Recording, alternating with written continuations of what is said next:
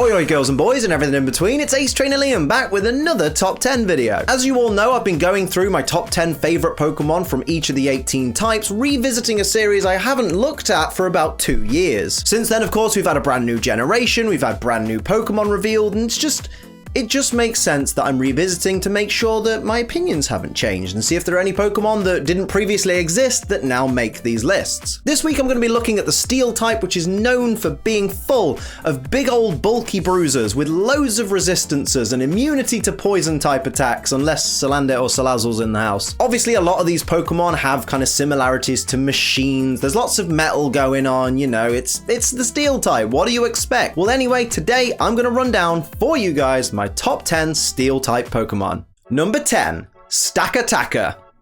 Honestly, more than anything, I just think it's the best Pokemon name we've ever had. It's just the most fun to say. Stakataka, Stakataka, Stakataka, Stakataka. It's amazing. It's so much fun, and it's really cool to look at, you know? I really had my doubts about it when I first saw it, but the more I look at it, it's an amazing, just like brick-like steel and rock structure with all these different individual bricks that kind of have, I believe they have individual minds. I'm not 100% sure, but it's just really cool to look at, and it is actually a fantastic concept when you actually look into it. On top of that, it's got ridiculous defenses, like its defense stat is 211 base power. This thing is bulky. It's what an Ultra Beast should be. It's ridiculous, it's a little bit over-designed, it's a little bit mental, but it just works perfectly. Good job, Stakataka. Number 9, Aegislash.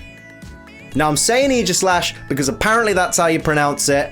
Don't at me, I don't know anymore. This is a Pokemon that does get a lot of flack for being unimaginative. Welcome to the world of Pokemon, everybody. If you're not a part of the Pokemon community, there's a lot of people who bark about unimaginative Pokemon, then praise the fact that Muck exists, even though it's really an unimaginative Pokemon. Then they go, oh, but Cofagrigus is great, when it's literally just a sarcophagus. And then they go, oh, but wasn't Hippopotas a great Pokemon, when it's literally just a sand hippo? And then they'll talk bad about Aegislash. When Aegislash is great, it's got such a unique ability in that it changes and swaps its attack, its special attack, with its special defense, and defense, just, it's really, really cool that it can switch between the two. If it uses King's Shield, it goes on the defensive and changes to shield form. If it uses any attack, it changes to blade form and kicks booty. Obviously, now that we've seen it in action a lot, it's very, very predictable, but at the same time, it's still so unique. There's no other Pokemon like it at the moment. And I kind of like the design. The more that I see it, the more I do enjoy the design of Aegislash. You can kind of see some personality in it if you look deep enough, and I think that's what's missing with a lot of Pokemon fans, is they forget to look deeper at the lore of the Pokemon. They forget to look deeper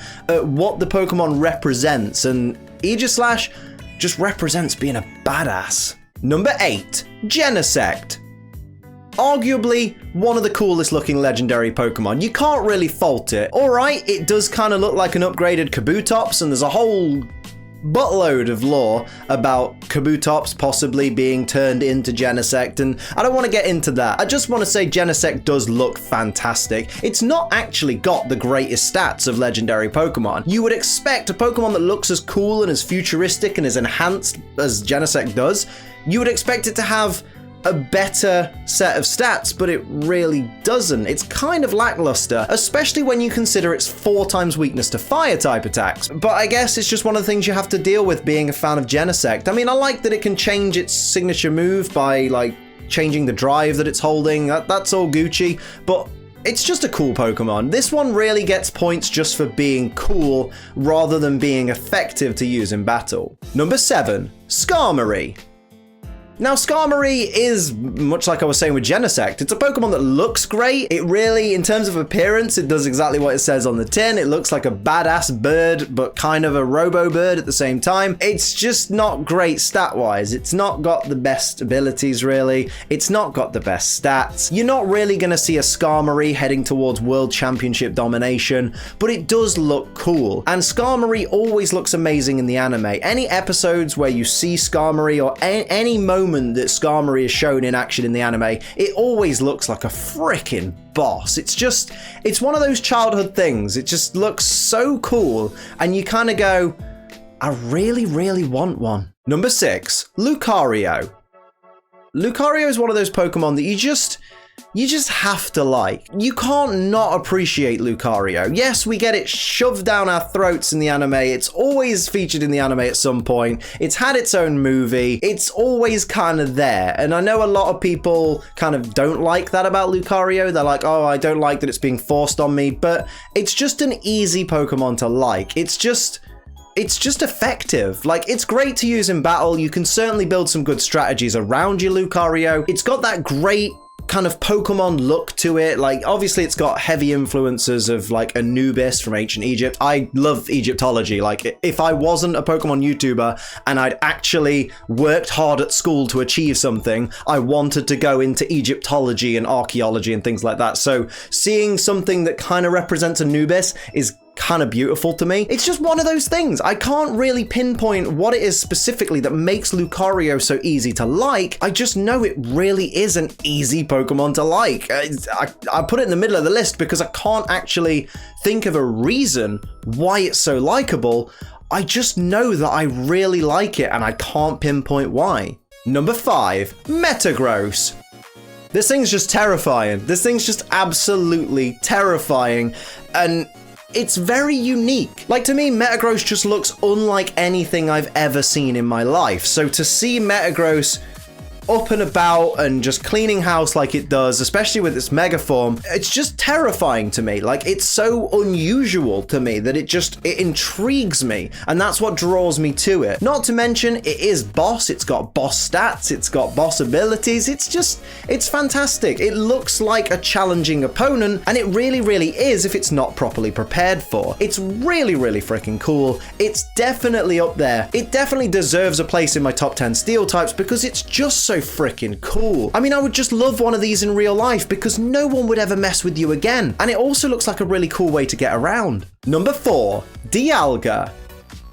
Now, this is arguably one of my favorite legendary Pokemon. I think there's only one legendary Pokemon that really takes the top spot, but Dialga is certainly up there. Maybe I'm biased because it was the box art legendary for Pokemon Diamond. Pokemon Diamond, of course, is what got me back into Pokemon, but I love this thing. Steel and Dragon is a fantastic combination of types because it just gives you so much ridiculous resistance to so many ridiculous things. All right, it's weak to fighting and ground, and they're kind of two of the most common types of moves that are out there, but also there are only 2 times weaknesses, and this Pokemon's pretty damn bulky as a box art legendary, so it's not got to worry about that. I think overall with Dialga, it's just the fact that it looks like such a freaking cool dinosaur of a Pokemon. It's a beautiful thing to look at. Its shiny is incredible, and Dialga, you're just great. Don't change. Number 3, Togekimaru.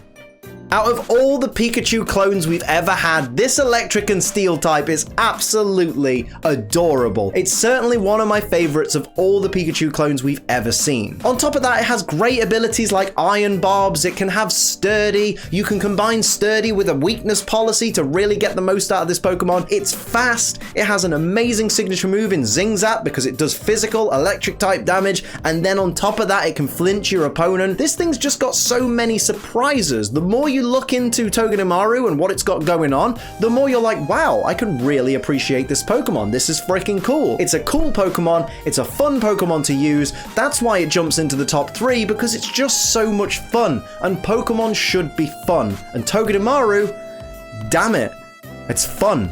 Number 2, Cavalier. What a beautiful Pokemon. What a badass Pokemon, and what a cool Pokemon. Cavalier is fantastic. Cavalier is killer. It hits hard. Okay, it's 4 times weak to fire, so you've kind of got a way to beat it really, really easily. But also, it's terrifying. And if it's got a Quick Claw, you're in trouble. I used to kill with an Cavalier back in the day. It was wonderful stuff. Just pop a Quick Claw on it, and even then, even when it's super duper slow, Quick Claw don't care. Quick Claw don't give a damn. Quick Claw is taking you down because a Cavalier's coming and it takes no prisoners. Not to mention the way you get it is kind of cool, trading Shelmet and Carablast, and then Carablast takes Shelmet's shell and becomes a Cavalier. It's really, really cool. It's so unique, and I just really can't get enough of a Cavalier. Well done, Generation 5, for giving us this beauty. Number 1, Empoleon. This thing is regal, it's royal, it's cool. It's the best version of an Emperor Penguin I think I've ever seen. It's so cool. I love this thing. I know some people don't really like it. I think it's incredible. I really, really do love this Pokemon. I think it's so fantastic. It's one of my favorite Pokemon of all time. It's not my favorite, but it's certainly up there in the top 10. It's really, really amazing. I just think it's so sleek to look at. I do think it has great stats. I love giving it the Defiant ability and building around more of a physical Empoleon, but that's just me. It was really, really cool in Pokémon Tournament as well. Like, I properly jumped for joy when I found out that Empoleon was going to be a playable character. Like, that's just so, so cool to me because I have so much love for this Pokemon dating back to 2013 when I first got back into Pokemon. I started playing Pokemon Diamond. Empoleon was my starter. I cleaned so much house with it and I love using it. It's one of my favorite Pokemon designs in general because I like the way it's got the whole trident face and stuff like that. It's wow. Empoleon just really, really does it for me. So that'll wrap it up for my top 10 Steel-type Pokemon. Let me know in the comments which are your favorite 10 Steel-type Pokemon. Don't forget to like, share, and subscribe. And if you'd like to support the channel like these guys down here do, you can pledge to my Patreon. All the links you need, including my social media, are in the description down below. But until next time, I'm Ace Trainer Liam. Keep on training.